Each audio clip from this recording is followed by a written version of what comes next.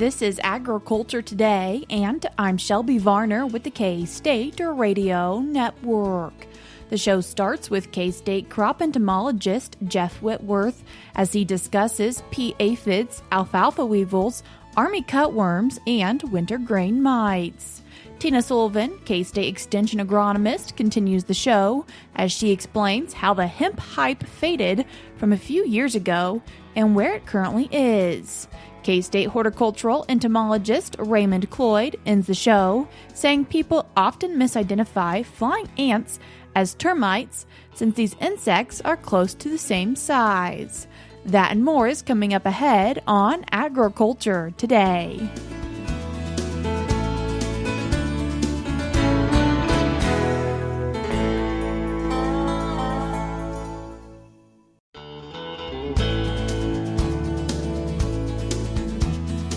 You're tuned in to Agriculture Today, and we start our show discussing what pests are currently in Kansas fields with K-State crop entomologist Jeff Whitworth. Jeff, thanks for joining us today. My pleasure. Anytime. Jeff, what pests are we seeing in alfalfa? Oh, man, I've been getting calls for a month now about alfalfa, weevils, and aphids. As everybody knows, we've had a kind of an abnormally warm winter. And in our case, in the middle part of the state here, a lot drier than usual, although recently the winters and the early springs have been pretty dry. But because of the warm weather, I probably started getting calls about 3 or 4 weeks ago about alfalfa weevil larvae in the alfalfa. As you know, or I hope everybody that listens to us knows, we put together a little predictive equation that goes out on the MisoNet for different locations in the state, where it starts January 1st to calculate growing degree days or thermal units or whatever you want to call them, to be able to predict when alfalfa weevil larvae will start hatching from the eggs. It works pretty well, but one of the problems with it in some cases is it's been a little bit off because the equation the minimum temperature for the day should stop at 48. And a lot of times it goes down for the equation, not the daily temperature. So I'm getting into the weeds a little bit, so just make sure you go back and check the calculations for the MisoNet if you use that, make sure they're right. Because hopefully we got them corrected here a couple of weeks ago. But in many cases that showed that the weevils were hatching earlier or later than they actually were. But every year we start getting calls when we get the first warm days in the late winter, early spring about alfalfa weevils hatching, because the guys want to get on it early, and I don't blame them. What that predictive equation tells you is when they might start hatching, not how many are out there. So once you decide that, I've had enough growing degree days, I'm getting some egg hatch, you just need to go out and look. So that's what happened 3 or 4 weeks ago. In some parts of the state, they were showing enough growing degree days that they wanted to get out and look, and you get out and look, and I did also. At the request of several people. And I found a few little larvae. But you know what? I have found larvae in December and January on warm days. I think you can find 1 or 2 no matter what time of year it is. But the survival is what counts. And I don't think there's any survival. So anyway, it got cold. Last week, it got down into the mid or lower 20s or into the teens. That will kill young larvae. So last Saturday, I went out and checked before that cold spell hit. I did not find enough larvae to worry about. Matter of fact, I found very few. There's some new growth on the alfalfa, but there were a few pea aphids, but not enough pea aphids to worry about. But what everybody needs to do now is to go back and wait probably till mid next week. The weather's supposed to moderate. It's supposed to be in the mid 60s, 70s, 80s, and see what the alfalfa weevil hatches in their field next week after it's had 4 or 5 days to warm up and to accumulate more growing degree days. Also, it would be a good idea to see what effect the cold temperatures have on that new growth in the alfalfa, because I have seen years when that's caused that to die back or blackened that. So if that happens, you don't have to worry about alfalfa weevils. Also, the alfalfa weevils, Saturday when it was out, I didn't find any. So I'm thinking probably the eggs hadn't hatched, and that's what the overwinter is. I don't think that cold spell has affected the majority of the alfalfa weevils. So that's why I say get out next week, midweek, late week, get out and start checking, and keep checking after that. Keep sampling your fields, because I think alfalfa weevils, I think the majority of them are still going to hatch out. But if the regrowth or the new growth has been affected by the cold weather, that's something else to consider, because they have to have that new growth. They can't live on dying growth. That has to be the new growth. So you just need to get out and check. That's what I'm saying. I think we're a little premature, as always the case. Everybody's, there's not much going on agriculturally in the fields other than wheat and alfalfa. So early on, as soon as it gets warm, guys like to get out and check their alfalfa for weevils. They want to get them sprayed early, but that doesn't do any good. You still want to get out and wait till you've hit your economic injury level, treatment threshold, whatever it is for your field, for your management setup. It can differ for other folks. One of the other considerations about spraying early, if there's not much growth, there's not going to be much vegetation out there to intercept the spray. So the application, a lot of that is going to go on the soil, on the ground, where it's not going to do any good, because the eggs are going to be in the stems. And those little larvae, when they hatch out, they're not going to ever touch the ground. So if there's not some regrowth or some vegetation there to intercept that spray or to catch that spray, there's not going to be any residual activity. And normally these insecticides, they usually will last 10 to 14 days.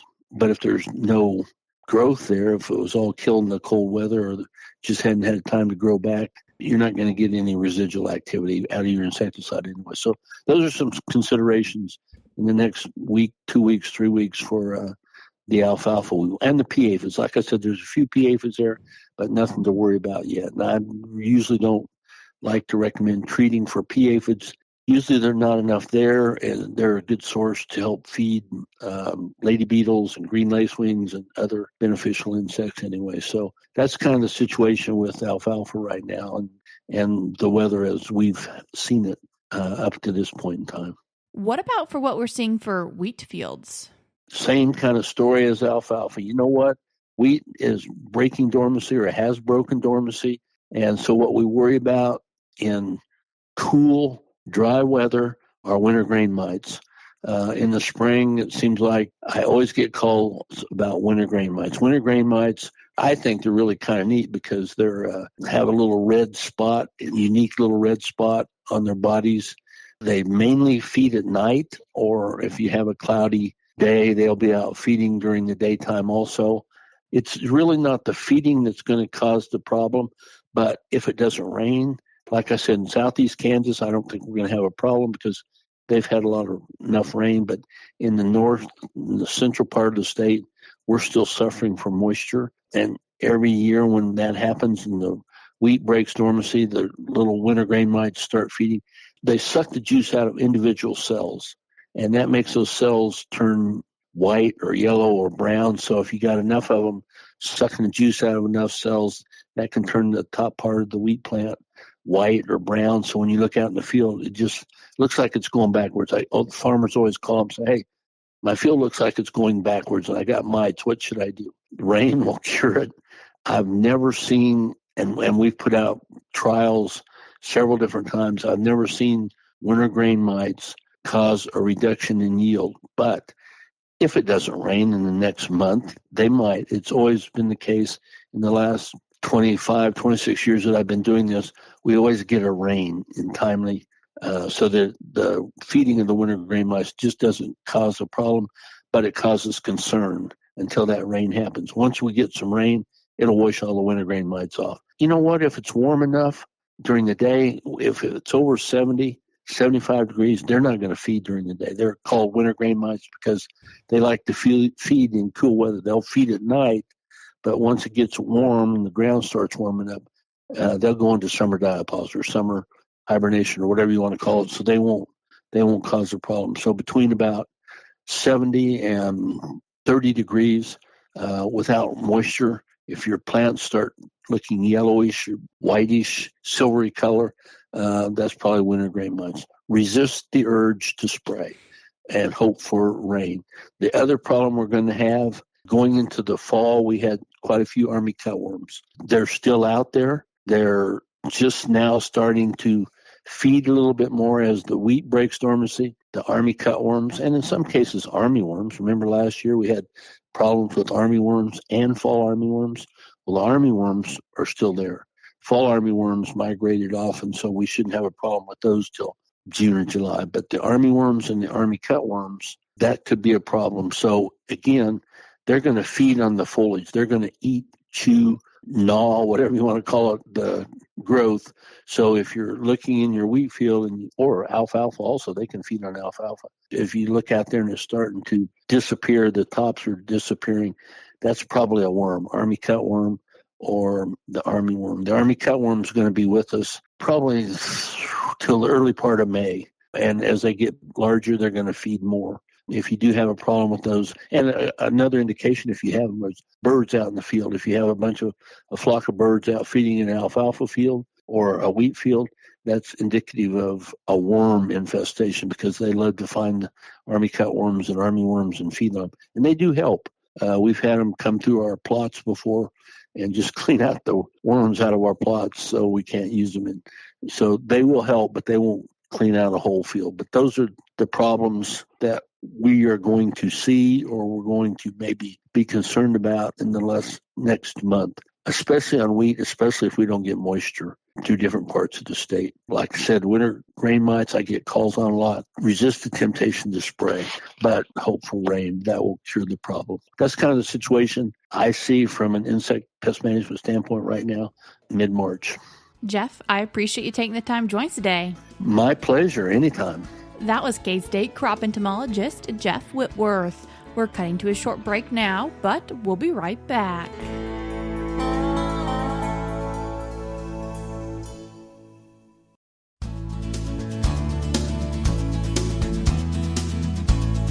You're tuned in to Agriculture Today, and we continue our show discussing hemp with K-State Extension agronomist Tina Sullivan. Tina, thanks for joining us today. Thanks for having me, Shelby. Tina, I feel like a few years ago we heard a lot about hemp. However, not hearing about it as much in 2026. And so what's happened since when we were always hearing about it? We have to kind of take a step back to why the hemp hype became what it was. If we think back to the 2014 Farm Bill, that's when we started hearing about the hemp hype, because that's when the legislation changed that we could start growing industrial hemp if we got a license, and it left it up to the states to decide. Cut to 2018, kind of in that 4-year period, we had a few states getting on board over that time. Kind of think of your traditional tobacco kind of states. Think of Kentucky, think of North Carolina, think a little bit about Tennessee, because hemp isn't actually a new crop. It's been documented throughout history. It comes from the Pacific region, where it's more seen as a ditchweed. We used it here in the United States during the 1940s for rope production, when we're in the height of World War II and we needed fast fiber that could handle water. Then it got outlawed because of the 1970s and kind of drug culture. Then cut to 2014 and 2018, industrial hemp comes back up, gets legalized at the state level, depending on the states. And when we are talking about industrial hemp, cannabis sativa is the scientific name for a plant that includes the subspecies of, marijuana, and then the industrial hemp. When we are talking about industrial hemp, though, it is meaning anything, and this is by the legal law, anything less than 0.3% THC. So it's very low THC. This is not the type of plant that's giving any of the psychedelic side of things. Also, when we think about hemp, thinking of it as hemp is hemp, just as a Chihuahua and a Great Dane are both dogs. They both have different uses. They look different, but they're both dogs. And then kind of this hype, the hype of hemp, it kind of came with everyone thinking they could make a lot of money on it. And a lot of people lost money in this new crop that we had not researched since the 1940s. We didn't have management practices. We know how to grow corn. We know how to grow soybean, but we didn't know how to grow hemp. We didn't have what the crop needed. Genetics were all over the place. So we kind of said it crashed and burned. I was working in Tennessee after that Farm Bill of 2019, so I was in the 2019 kind of a lot of old tobacco farmers back in Tennessee were excited for a new avenue because once you're into tobacco production, there's not a whole lot you can do on that property. Kind of think of rolling hills and specialized equipment. What else we're going to do with it? But with hemp having so many different avenues for uses, it's starting to come back into the conversation, especially as other commodity prices are not doing it as fantastic. Where does hemp fall into research, into crop rotation, and just marketability? Is there research being done on this? So, again, following the 2014 and 2018 farm bills, universities across the country kind of saw, wow, here's a research opportunity right off the bat of figuring out what to do, how to do things. Our neighbors to the north, as in Canada, have been growing fiber and seed hemp for decades. And they grow it, they harvest it with combines. So there was a lot of genetics, which don't often translate super well as you move south, because hemp is day length sensitive. So there's been research in better genetic selection. Cornell and Colorado, California, Oregon, a lot of those universities, not private, but universities have been driving the ship. You have universities like Tennessee, Kentucky, Florida, North Carolina, Colorado, even Kansas State, who are doing research into the agronomic sides of things. When do we plant this? How do we harvest it? What is the correct moisture level to harvest this? What kind of fertility does it need? When I was at Utah State for my PhD, I got to work with industrial hemp. So my research at Utah State was one of the first outdoor trials since the 1940s in the state. And we were looking at variety selection. We were looking at irrigation management. We were looking at fertility practices.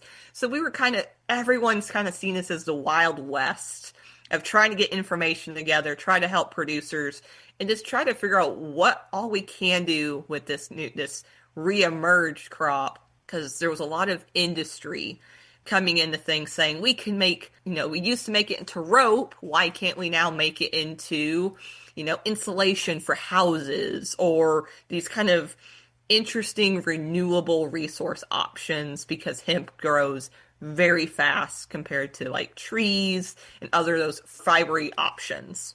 How is this crop being used in Kansas and operations? There are a few companies in Kansas who are working with hemp, and it's the fiber and seed hemp. So grows up to 12 feet tall. You can harvest it with a combine or a swather. Very easy, easier to grow compared to some of the other options. And they're turning it into animal bedding. So instead of using pine shavings, they're chipping up the hemp to use as a wood replacement. Down in Texas, there's some kind of think of as textile mills trying to spin this into a fabric similar to cotton to try to replace some of our synthetics like polyester that are oil-based. So there are some companies in Kansas who are using that fiber hemp in different animal types of options like bedding. So Tina, where do you think this is going to go moving forward? Just like any time we have an alternative or a new crop, we got to be a little careful because we might not know all the practices and we don't want to throw everything at it, because also not only do we not know every practice or what's the best management practices for it, we might not have a market. We can't just take hemp fiber or hemp seed to any old elevator and they're going to purchase it, because they might look at you the same way and be like, I don't know what to do with this either. So we all, like, one of the, suggestions we're going to make, if you're going to grow this new crop, try to have some kind of contract or negotiate something so you have someone going to take it. And if we think about the growing practices with hemp, good luck getting seed. That has been the biggest push I've heard from folks who are interested in it. There's a lot of issues trying to get the seed in time. It is photoperiod sensitive, so if it gets planted too late, it's only going to get a few inches tall and try to go into its reproductive growth. So there's that planting day aspect. You need water for this crop, but we're not going to suggest irrigating it because there's not, the margins for growing under irrigation. But if we don't have consistent moisture for about 6 weeks, according to Kansas State research, to get it up, it's never going to get a good root system and be able to compete well with weeds. And speaking of weeds, there's only one herbicide labeled for hemp, and it's a pre-emergent for broadleaves. It's not going to do anything against grasses. It really is the Wild West of, we don't have every practice figured out. We don't really know its fertility rates. And if you're going to fertilize it, I'm going to say not to, because it's not as responsive as like maybe corn would be. Is there interest in hemp from the human food side of things? Yes, you can go walk down your grocery store aisle and see hemp hearts. That is hemp seed. It's a protein source. But you can't just take hemp seed you've grown to anywhere and sell it. There's a bunch of rules and legislation with this as well, because there's some talk right now in Washington, D.C. of reclassifying hemp, even the industrial side of it, that we're trying to see what it's actually going to mean for our hemp growers. So there's opportunities. There's other countries like New Zealand who feed hemp to cows and to sheep. And it's a really good feed source for them. It's high in protein. It's got good digestible fibers. It grows fast. It doesn't need a lot of fertility. Like, it's good water use efficiency. But on the flip side, even in a plant that is shown to have low cannabinoids, or the THC, the CBD, the oils it produces, studies have shown it translocates into meat and into milk. So FDA in the United States is not going to allow that. What they do across the ocean, that's up to them, right? And there's interest in, can cannabinoids, or the oils the hemp produces, be used as a biopesticide, kind of like what nicoticides, or what came from nicotine of tobacco, could be used for a biopesticide. So there's wide use of these products, of what hemp can do. We're just kind of behind because we haven't been able to do anything since the 1940s. And we're kind of hitting some roadblocks due to legislation, which understandably so. It has been, classified as a drug for a very long time. So it's just balancing what we can do and what we can't do while trying to figure out, where does this crop fit, not just in Kansas, but in numerous cropping systems. Tina, I appreciate you taking the time to join us today. Thank you for having me. That was K-State Extension agronomist Tina Sullivan. I will link an e-update article on this topic in today's show notes on agtoday.net. We're cutting to a short break now, but we'll be right back.